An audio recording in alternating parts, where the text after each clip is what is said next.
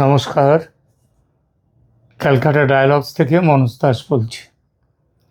বাংলাদেশের ডিজিএফআই কর্তা কয়েকদিন আগে ভারতে এসে ভারতের যে গোয়েন্দা সংস্থা রিসার্চ অ্যান্ড অ্যানালিসিস উইং বা রয়ের কর্তার সঙ্গে বৈঠক করে গেলেন। এই বৈঠক সম্পর্কে প্রকাশ্যে যা জানা যাচ্ছে যে মেজর জেনারেল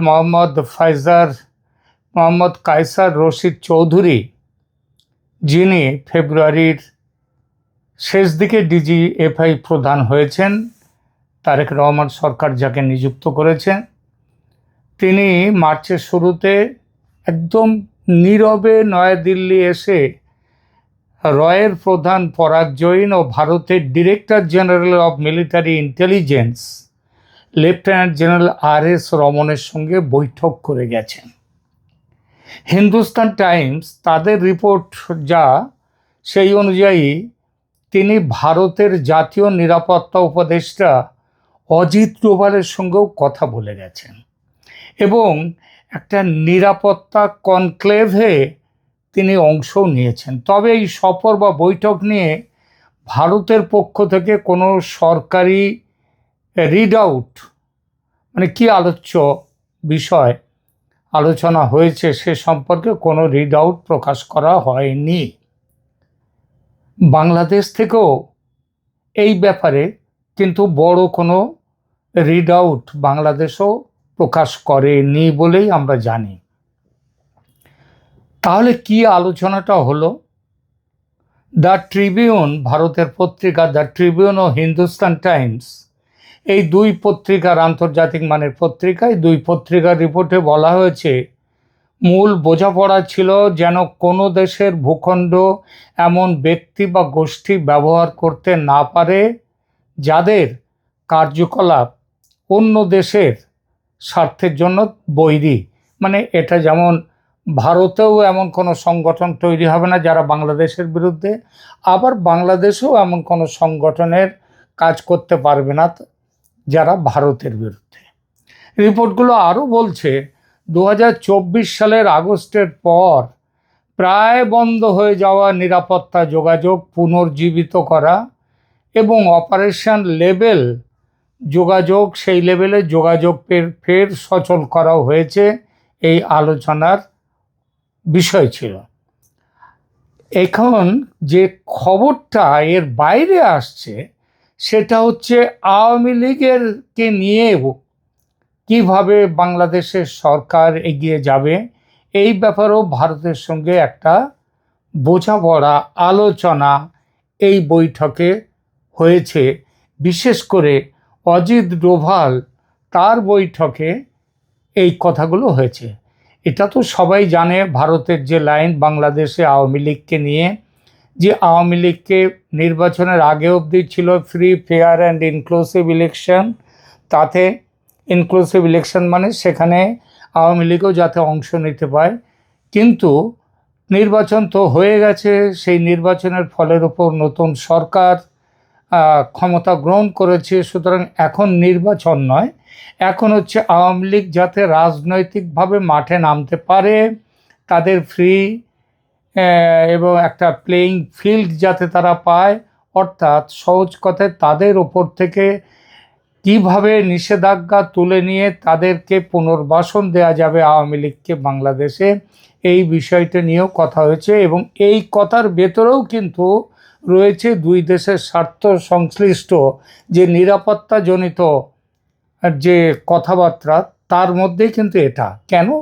তার কারণ হচ্ছে ওখানে যদি আওয়ামী লীগের মতো একটি ধর্মনিরপেক্ষ শক্তি রাজনীতিতে থাকলে, ওখানে যে ধর্মীয় শক্তিগুলো যারা মাথাচাড়া দিয়ে উঠেছে গত 1.5 বছরে এবং এখন রয়েছে, যারা বাংলাদেশের সংসদে দ্বিতীয় বৃহত্তম দল এবং বিরোধী দল, তারা তাদেরকে নিয়ন্ত্রণে রাখবার জন্যে একটা আওয়ামী লীগের রাজনৈতিকভাবে আওয়ামী লীগের সেখানে থাকার প্রয়োজন।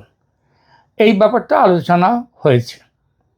সেই আলোচনার ফলে কিভাবে তার যে একটা রোডম্যাপ তৈরি হচ্ছে, সেই রোডম্যাপের অংশ হচ্ছে সংসদ থেকে কিভাবে এই যে আওয়ামী লীগের ওপরে নিষেধাজ্ঞাগুলো জারি করার ব্যাপারে যে রাষ্ট্রপতির অর্ডিন্যান্স ইত্যাদি হয়েছিল, সেই অর্ডিন্যান্সগুলো নিয়ে কি করা যাবে এবং সংসদ কিভাবে সেগুলোকে তুলে দেবে, এই বিষয়টিও আলোচনা হয়েছে। এবং সেটা যে হয়েছে সেটা কিন্তু বোঝা গেল আজকে সংসদের অধিবেশনে।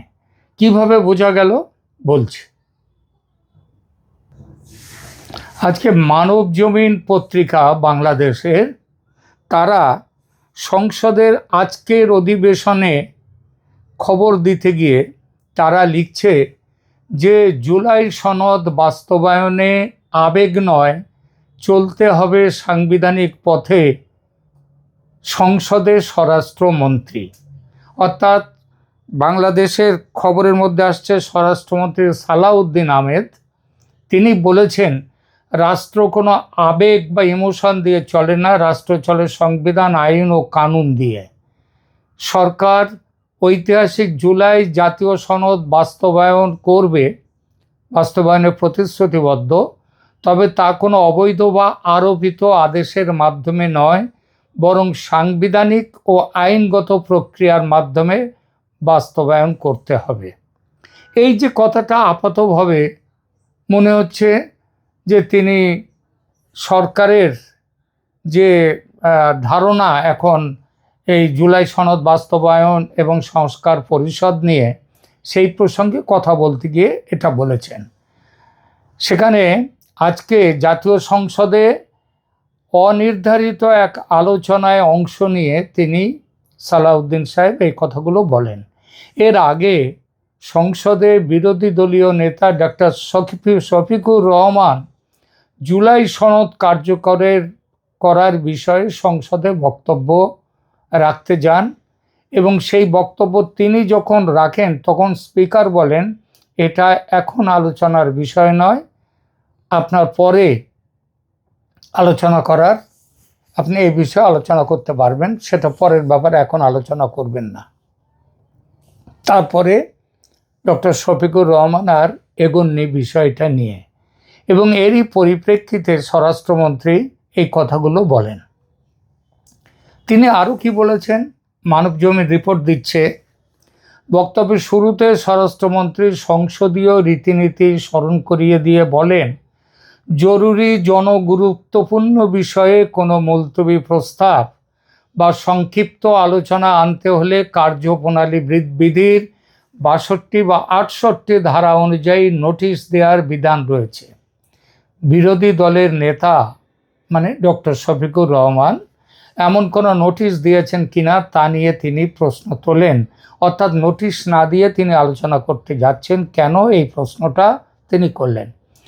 আর বিরোধী দলীয় নেতা যে জুলাই জাতীয় সনদ সংবিধান সংস্কার বাস্তবায়ন আদেশ ২০২৫, এই যে প্রসঙ্গ তুলেছেন, সেই প্রসঙ্গে স্বরাষ্ট্রমন্ত্রী বলেন যে এই যে আদেশটা, অধ্যাদেশ, এই অধ্যাদেশটাই আইন বিরুদ্ধ হয়েছে, আইন বিরুদ্ধ হয়েছে অধ্যাদেশ।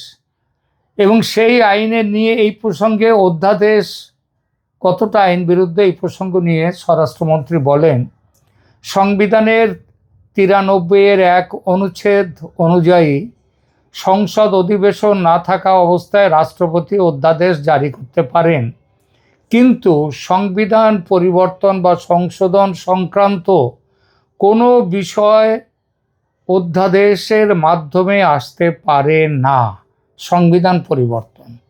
অথচ গত বছরের ১৩ই নভেম্বর জারি করা এই আদেশটি না কোনো অধ্যাদেশ না কোনো আইন, এটা একটা অদ্ভুত বিষয়। অর্থাৎ সংবিধান সংস্কার পরিষদ নিয়ে তিনি তার বক্তব্য আরও পরিষ্কার করে তিনি বলেন, এই আদেশের ওপর ভিত্তি করে সংবিধান সংস্কার পরিষদের সদস্যদের শপথ নেওয়া, যেটা এনসিপি এবং জামাত সদস্যরা যে শপথ নিয়েছেন, সেই শপথটা এবং রাষ্ট্রপতির কাছে অধিবেশন আহ্বানের দাবি জানানো, এটা হচ্ছে অসাংবিধানিক।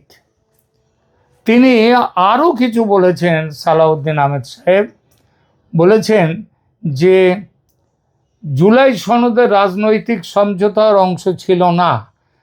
এর 4টি ভিন্ন প্রশ্নের জন্য একটিমাত্র হ্যাঁ বা না ভোট দেওয়ার সুযোগ রাখা ছিল, যা কখনো যৌক্তিক নয়।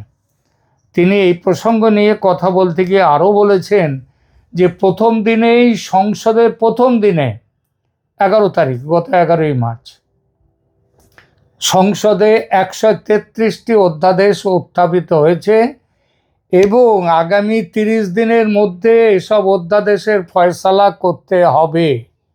সামনে দীর্ঘ ছুটি রয়েছে, তাই এই অধিবেশনে হয়তো সময় পাওয়া যাবে না। অর্থাৎ এই অধিবেশনে অধ্যাদেশ নিয়ে আলোচনা হবে না। সরকারের প্ল্যানটা তাহলে কি আছে? সরকারের প্ল্যান পরিষ্কার যে 30 দিন, এই অধিবেশন নয়, পরের অধিবেশনে তোলা হবে। ইতিমধ্যে 30 দিন সময়টা এগিয়ে যাবে এবং এগিয়ে গেলে তারপরে এই সম্পর্কে আলোচনা হবে, পাস করতে হবে সংসদে। এই পাস করতে গিয়ে ওই সংবিধান সংস্কার পরিষদের অধ্যাদেশ তো পাস হবেই না, তার কথাতেই আজকে বোঝা গেছে। আর এই সম্পর্কে বোঝা গেছে যে এই অধ্যাদেশগুলোর মধ্যে একটা 133টা অধ্যাদেশ, এটা অলরেডি সংসদে আলোচ্য বিষয় তুলে দেওয়া হয়ে গেছে। পাস না করতে পারলে সব বাতিল। আর এই বাতিলগুলোর, এই অধ্যাদেশগুলোর মধ্যে রয়েছে আওয়ামী লীগের ওপরে নিষেধাজ্ঞা সংক্রান্ত অধ্যাদেশ, সেটাও বাতিল হবে। এর মধ্যে রয়েছে যে আইসিটি, ইন্টারন্যাশনাল ক্রাইম ট্রাইব্যুনাল গঠন, তার অধ্যাদেশ, সেটাও সম্ভবত বাতিল হবে পুরোপুরি। কারণ এটা বলা হয়েছে যে 1972 সেই পুরনো ক্রাইম ট্রাইব্যুনালটাকে নিয়ে এসে নতুন করে তার মধ্যে জুলাইয়ের গণ আন্দোলনকে নিয়ে আসা, এটার বিরুদ্ধে সরকার আলাদাভাবে এই জুলাই অধ্যাদেশের, এই জুলাই বিপ্লব বা অভ্যুত্থানের সময় যে ঘটনাগুলো ঘটেছে, মৃত্যু হয়েছে, তাদের সবার আলাদাভাবে বিচার করতে সরকার প্রতিশ্রুতিবদ্ধ। সরকার সেটা করবে। ফলে আজকে যেটা পরিস্থিতি দেখা যাচ্ছে যে পরিষ্কার একটা রোডম্যাপ দেখা যাচ্ছে। অধ্যাদেশ বাতিল, আওয়ামী লীগের ওপর থেকে নিষেধাজ্ঞা বাতিল হয়ে যাবে, আওয়ামী লীগ মাঠের রাজনীতিতে ফিরতে পারবে। মনে হচ্ছে যে দিল্লিতে ডিজিএফআই বৈঠকের ইত্যাদিতে অন্যান্য আলোচনার মধ্যে, কারণ একটা জিনিস দেখুন, অজিত ডোভাল ভারতের নিরাপত্তা, জাতীয় নিরাপত্তা উপদেষ্টা, তার সঙ্গেও মিটিং করেছেন ডিজিএফআই কর্তা। বাংলাদেশের টোটাল রাজনৈতিক পরিস্থিতি নিয়ে আলোচনা হয়েছে, সেইটাই স্বাভাবিক। এর ফলে আমাদের যে খবর পাচ্ছি সমস্ত দিক দিয়ে, যেমন নয়াদিল্লির সাউথ ব্লক থেকে, তেমনি আরও বিভিন্ন সূত্র থেকে যে খবর পাওয়া যাচ্ছে, আওয়ামী লীগ সামনের 30 দিন, 11 তারিখের পরে সামনের মাসের 11 তারিখ, এপ্রিলের 11 তারিখ, তারপরে আওয়ামী লীগের উপর থেকে নিষেধাজ্ঞা উঠে যাচ্ছে। কারণ অধ্যাদেশ বাতিল হয়ে যাবে। আওয়ামী লীগের নিষেধাজ্ঞা সংক্রান্ত যে সমস্ত অধ্যাদেশ এসছে এবং আরও অন্যান্য ব্যাপারগুলো, আওয়ামী লীগ আবার তার মানে রাজনীতিতে চলে আসছে এপ্রিলেই। আর আমি গত কয়েকটি যে সংখ্যায় প্রতিবেদন করেছি, তার মধ্যে বলেছি আওয়ামী লীগ নেতৃত্বের ভারত থেকে ফেরা, সেগুলো সামনের মাসের, অর্থাৎ এপ্রিল মাসের মধ্যেই তাদের বড় অংশই তারা কিন্তু ভারত থেকে ফিরে আসবেন, দেশে ফিরে আসবেন। আওয়ামী লীগ আবার মাঠের রাজনীতিতে ফিরছে। এখনকার মতো এখানেই রাখছি। ধন্যবাদ।